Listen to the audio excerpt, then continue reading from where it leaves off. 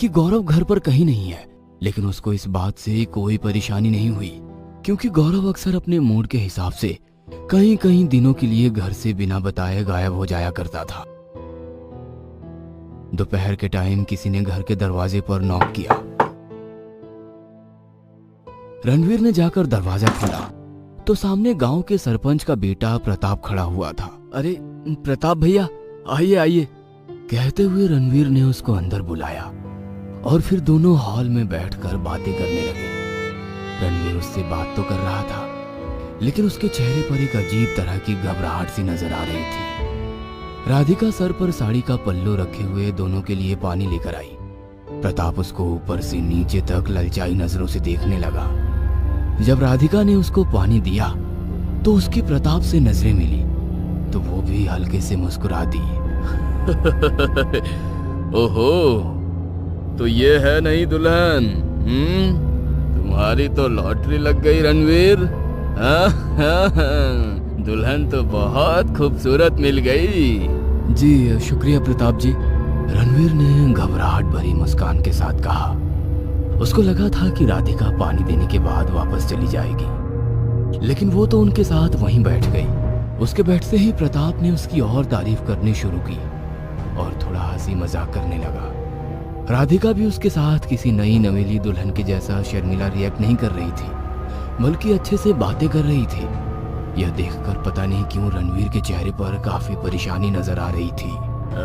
रणवीर, मैं आया तो यहाँ अपने पैसे मांगने के लिए था, लेकिन नई बहू को देखकर भूल गया। और तो बताओ, मेरे पैसे कब तक आ जाएंगे? अब बहुत जल्द ही, अभी शादी में थोड़ा खर्चा हो गया, फिर भी मैं जल्दी करके इंतजाम कर दूंगा। सुनकर प्रताप ने रहस्यमयी तरीके से कहा, उम्मीद है तुम जल्दी इंतजाम कर दोगे, जैसे कि पिछली बार किया था। हाँ? यह सुनकर रणवीर के चेहरे का रंग उड़ सा गया, लेकिन वो कुछ नहीं बोला। उसके बाद वो प्रताप को दरवाजे तक छोड़ने गया। उसी रात 1 बजे। मालिक, कोई औरत आपसे मिलना चाहती है, उसको क्या बोलूं? एक औरत? ठीक है, भेजो उसको। उसका नौकर सुनकर बाहर चला गया और प्रताप टकटकी लगाकर दरवाजे की तरफ देखने लगा। ये देखकर उसकी आंखों में चमक सी आ गई कि एक पतली कमर वाली जवान लड़की चेहरे पर साड़ी का पल्लू ओढ़े उसके पास आ रही है। अंदर आते ही उसने दरवाजा बंद कर दिया और अचानक से अपने चेहरे से पल्लू हटा दिया, जिसको देखकर प्रताप के दिल पर छुरियां ही चल गई कि साड़ी में राधिका का चमकता गोरा हुआ बदन किसी भी मर्द को पागल कर सकता था। अरे राधिका है तुम? प्रताप ने मुस्कुराते हुए कहा। राधिका भी मुस्कुरा दी और फिर अचानक से उसके करीब जाकर उसके गले लग गई। प्रताप के हाथ भी राधिका की कमर पर बेतहाशा चलने लगे और गले लगे लगे ही दोनों बेड पर गिर पड़े।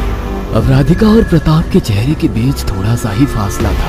अपनी आंखें बंद कीजिए, राधिका ने कहा और प्रताप ने मुस्कुराते हुए अपनी आंखें बंद कर ली। वह धीरे धीरे अपने होठ उसके होठों के करीब ले जाने लगी। राधिका की आंखें तेज लाल अंगारों के जैसी चमकने लगी और चेहरे का रंग सफेद सा पड़ गया। वह बेसब्री के साथ प्रताप को प्यार करने लगी और